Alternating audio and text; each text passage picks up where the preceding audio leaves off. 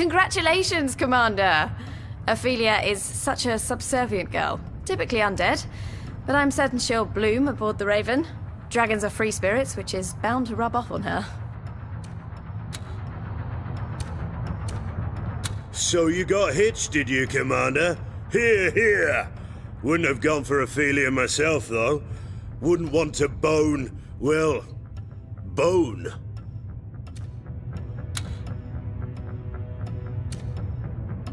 So the slave market is closed, and you've made your pick from among 4 serfs, whether she was willing or not.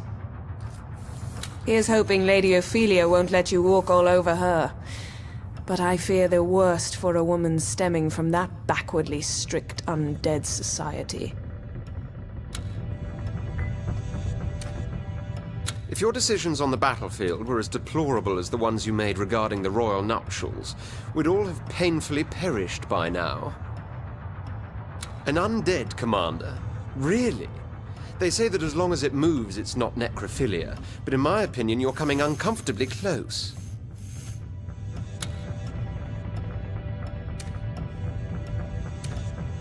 I shall not conceal your choice of a partner has been a blow to us lizards, but personally I can't really hold it against you. Lady Camilla has a frigid nature that makes her difficult to endure, let alone love. In short, I hope you and Lady Ophelia will be very happy, but beware the zealot Yorick that lurks behind her. Poor Lady Lohanna left this ship in tears when she heard you wouldn't marry her, Commander. And 'tis well that she cries. How you could have chosen that walking corpse over her is quite beyond me. You'll rue the day. And soon, too. You're a married man now, Commander. But I bemoan your choice. An alliance with the dwarves would have made you rich, fabulously wealthy. And what have you now? A bag of bones, that's what. A skeleton that'll talk your ear off about the bleeding gods. Bah! Shell-shocking catapults, Commander. What a pity it is you never got to meet pretty Princess Pyra. And now what? You're married to an undead that looks as bare as a fish after dinner. No, I don't envy you, Commander. Verily, I don't. Commander, we all rejoice at your safe return. I am here with your princess, your wife-to-be, and shall now proceed with the wedding ceremony. It is here on this ship where conquest is charted and strategy surveyed that you shall pledge your vows. Symbolic, I hope, that love may yet conquer war. Our commander and emperor has sworn his devotion by the very act of choosing you, exalted lady, over all others. Only you must now avow your allegiance and dedication, if it pleases.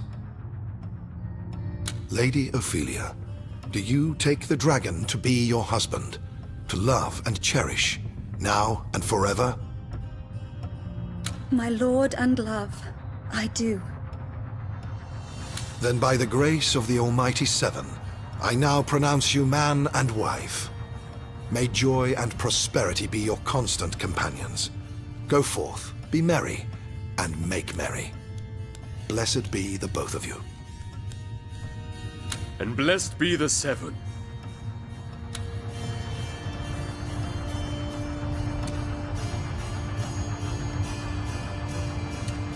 And then will dawn the day that man-made worm will take a skeleton spouse and rule the realm ever after. Words of prophecy, Commander.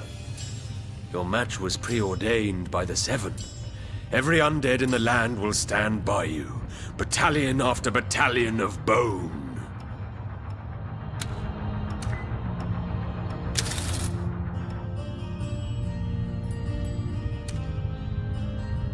Such a pleasant chamber this is. My be-all and end-all.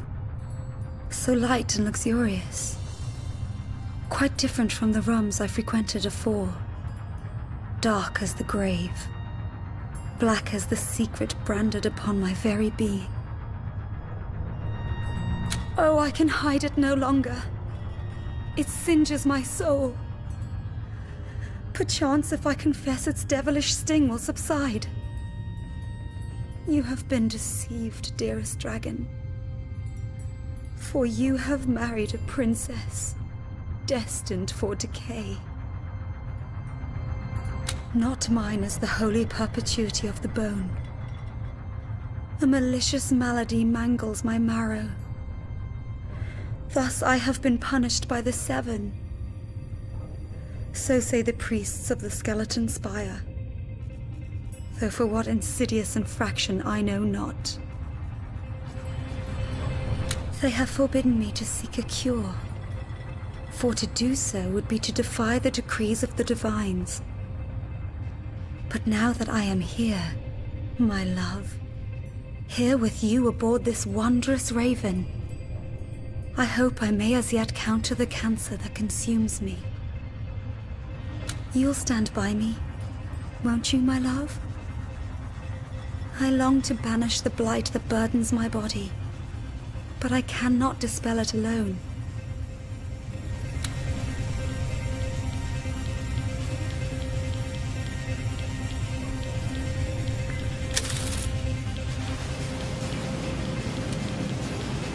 Congratulations, my lord. Happy days, eh? Oh, but don't you worry. I haven't been sipping sparkle wine and eating wedding cake, no. Researching, engineering, those have been my occupations.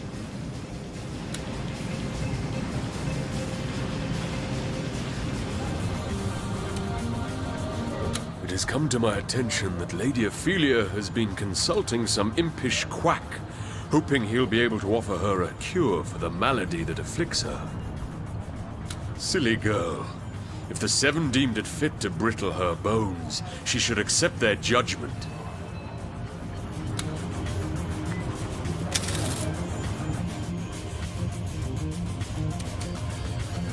I'm ever so sorry to hear that Lady Ophelia is a bit under the weather, Commander. But if she wants to see a medicine man, there is none better than Bowderhar Bungle Brewer, MD. I used to be a short-sighted, big-eared, large-nosed eyesore of an imp. But look at me now. He's a miracle worker, that shaman.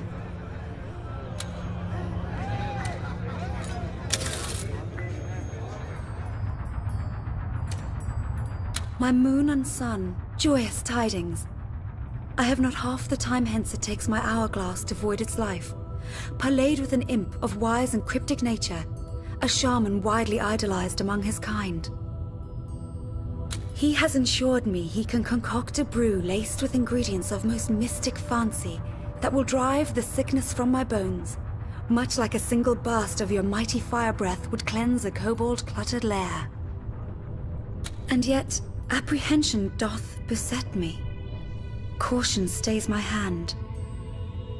Should I not witness first the broth's effect on one of a more robust and steady disposition? An orc, say, a creature, so I am told, that could bed the Black Death itself and greet the morn unscathed.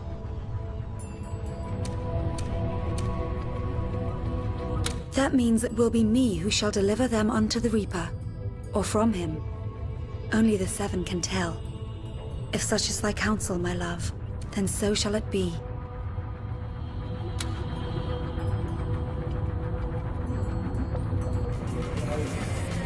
Hell's bells, Commander. I knew something would go awry as soon as I saw that charlatan shaman aboard the ship. God's eye thee sternly if you don't do your utmost to save the souls of my kin. Those unfortunates that had to suffer impish infamy at the hands of that sham simpleton.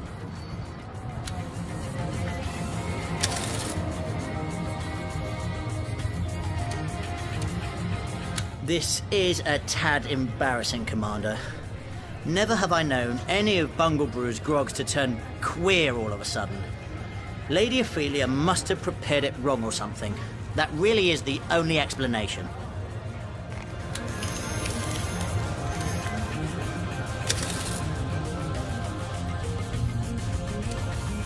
Oh, my heart and soul, how I have prayed for your swift return. Never should I have allowed desperation to trump circumspection. I am entirely to blame for what has happened. The Imp's potion. 7 bless us. One might as well apply magma to alleviate sunburn. My wretched brethren. They drank the shamanic brew, presuming it to be tea, not a herald of decay. Afore my very eyes, their once proud frames toppled in upon themselves and turned to powder upon the barren floor. Only their souls remain, hovering helplessly upon capricious currents like ephemeral jewels evoked from stardust. Long as these remain, however, their existence upon our earthly plane has yet to end, and they may perchance be given refuge. So Yorick demands the provision of living vessels. But Mr. Trinculo swears employing the technology of his people is the more sensible course to steer.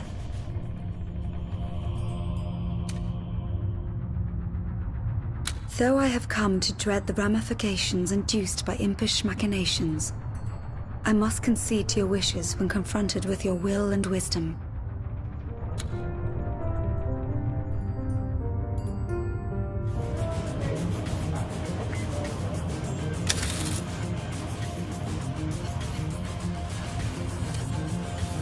A queer queen, my lady commander. Here she has but to snap her fingers to become an aureate apotheosis of impian ingenuity, and she's as indecisive as an elf afore a salad bar. I simply can't wrap my hatted head around it.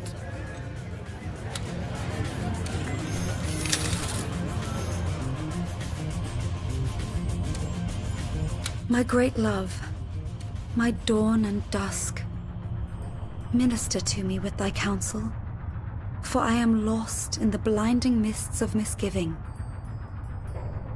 Upon the very doorstep of completion I falter, encumbered by the insidious sprites of doubt and hesitation. Their incessant chatter satiates my being with pale and quiet dread. Questions, queries upon burial rise from shallow graves. In search of life, am I taunting death? In pursuit of salvation, am I to become a monster? The imps came through. You see, they have constructed a mechanical skeleton of pure gold. A feat of engineering. May Yorick never hear these words. That elevates them to the level of diminutive demigods. For if they can create such wonders, they can create worlds. And yet I shudder to think I would become that construct. That cold engine. For, gilded though it may be, what is it but a vehicle? A casket? An ambulant crypt that would hold my desolate soul?